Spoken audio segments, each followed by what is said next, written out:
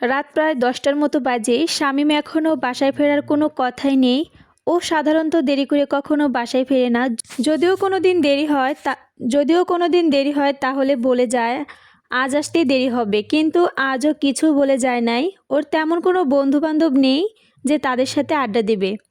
কোনো বিপদ আপদ হয়নি তো?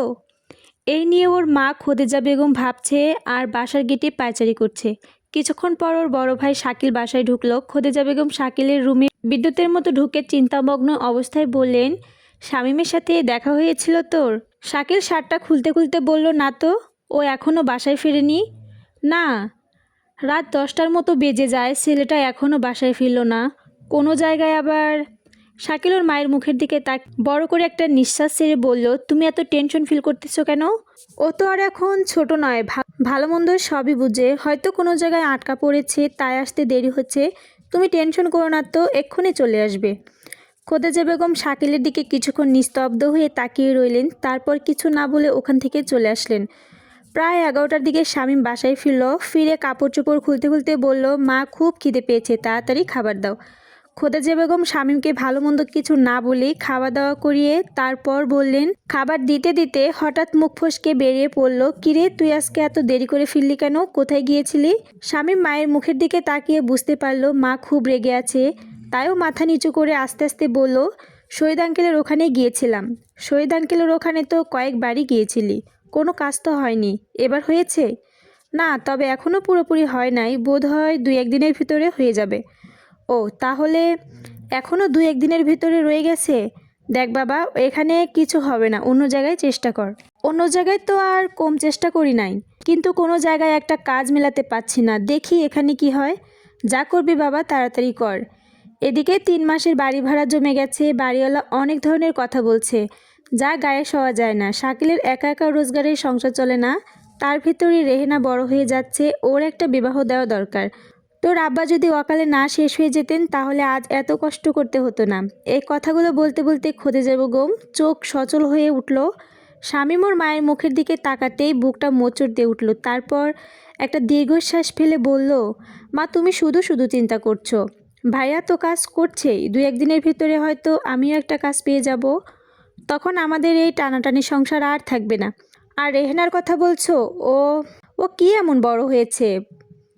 যখন বড় হবে তখন অবশ্যই একটা বিয়ের ব্যবস্থা করে ফেলবো। এখন তুমি এ নিয়ে চিন্তা করো না।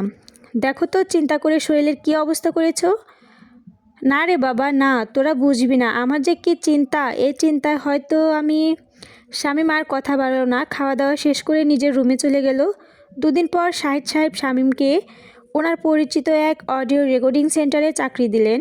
মাস শেষে 2000 টাকা পাবে, পরে কাজের উপর নির্ভর করে বেতন বাড়াবে। শামীম কাজটা পেয়ে খুবই খুশি হয়েছে। তারপর ওখানে আর দেরি না করে তাড়াতাড়ি বাসায় এসে খদিজা বেগমকে সালাম করে বলল, আমি চাকরি পেয়েছি, মাসে 2000 টাকা পাবো, পরে আবারও বাড়াবে।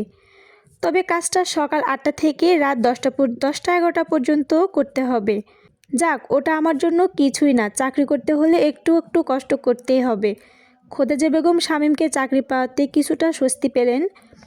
4 দিন পর শামীমের চাকরিতে জয়েন করলো। কাজের প্রচুর চাপ, সকাল 9টায় কাজে ঢুকেছে, সারা দিন কীভাবে চলে গেছে একটু টের পায়নি।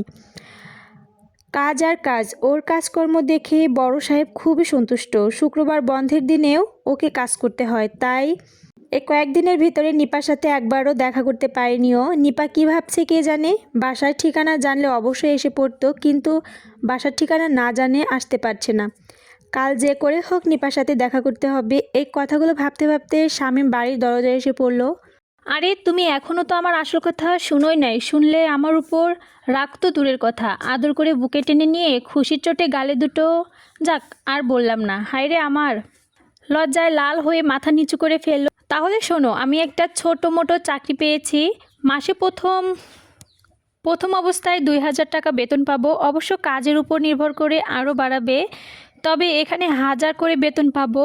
তবে এখানে কাজের চাপ প্রচুর, সকাল 9টা থেকে রাত 10টা পর্যন্ত 11টা পর্যন্ত খাটতে হয় এবং বন্ধের দিনও কাজ করতে হয়। এর জন্য তোমার সাথে দেখা করতে পারিনি। আর এর জন্য আমার উপর রাগ করে বসে থাকো, তাহলে আমার দুঃখ ছাড়া আর কিছুই নাই। নিপাল লজ্জায় শামীমের চোখের দিকে তাকাতে পারছে না, মাথা নিচু করে বসে রইল। এর ভিতরে রহিমা বুয়া নাস্তা নিয়ে আসলো। নিপা নাস্তাগুলো রহিমা বুয়ার কাছ থেকে নিয়ে নিজে হাতে শামীমের দিকে লজ্জা জড়ানো গলায় বলল, নাস্তা নাও। শামীম নিপার মুখের দিকে তাকিয়ে মুচকি হেসে বলল, তুমিও নাও। না, আমি এখন খাবো না, একটু আগে ভাত খেয়ে শুতে গিয়েছিলাম, তার মধ্যেই তুমি আসলে। ওহ তাই, তাহলে তুমি কি অফিস থেকে সোজা এখানে? হ্যাঁ, এই সময়টুকু ছুটি নিয়েছি শুধু তোমার সাথে দেখা করার জন্য। তাহলে কি আবার অফিসে যাবে? না, আজকে আর অফিসে যাব না, এখন বাজে 4:30টার মতো। পল্টুর সাথে একটু আগে দেখা করার দরকার, বেচারার সাথে অনেক দিন দেখা সাক্ষাৎ হয় না, দেখি আজকে গিয়ে কোন অফিসে কাজ করে এত কিছু বললো না। ওহ তাই তো, আমাদের অফিস ধানমন্ডি, ফার্মের নাম হলো রিয়েলি অডিও রেকর্ডিং সেন্টার। এই নাও কার্ড, মাঝে মধ্যে ওখানে টেলিফোন করো। আর আমি তো প্রতিদিন 8টার দিকে বাসা থেকে বের হই, না হয় আরেকটু তাড়াতাড়ি বের হয়ে তোমাদের এদিকে চলে যাব। তুমি যদি পারো সকালে ঘুম থেকে উঠে ডান দিকে বারান্দায় এসে দাঁড়িয়ে থেকো। কথা বলতে পারি আর না পারি, অন্তত দেখতে তো পারবো, তোমার কষ্ট হবে না এদিকে দিয়ে ঘুরে আবার আসতে। দূর, আমার কোনো কষ্ট হবে না, বরং তোমার কষ্ট হবে। সেই সকাল ঘুম থেকে উঠে তীর্থের কাকের মতো পথে যেয়ে বসে থাকতে হবে তোমার। যদি কষ্ট হয় ওঠার দরকার নেই। তোমার যেহেতু কষ্ট হবে না, তাহলে আমার কিসের কষ্ট হবে? কারণ আমার স্বার্থে তোমাকে উঠতে হবে। জানো না তুমি এই কয়েকদিন আমার যে ভেতরে কি কাটিয়েছে, একমাত্র আল্লাহ ছাড়া আর কেউ জানে না। কিন্তু তুমি এতদিন কিভাবে নিষ্ঠুরের মতো ছিলে, আমার ভাবতেই অবাক লাগছে। শামীম নিপার কথাগুলো শুনে ওর মুখের দিকে কিছুক্ষণ তাকিয়ে থাকলো, তারপর বড় করে একটা নিঃশ্বাস ছেড়ে বলল, নিপা, তোমার অভাব কি জিনিস চোখে দেখিনি, তা আমি দেখেছি। আজ 3 বছর বিয়ে পাশ করে চাকরির জন্য কত জায়গায় ঘুরেছি, কিন্তু কোনো জায়গায় চাকরির সন্ধান পাইনি। ভাইয়া একা রোজগার সংসার চালাতো, আব্বা যা জমায়েছিল সব খেয়ে দিয়ে শেষ হলো। এখন ঠিকমতো আমাদের সংসারই চলে না, তাই অনেক তকদিরে একটা চাকরি জোগাড় করলাম।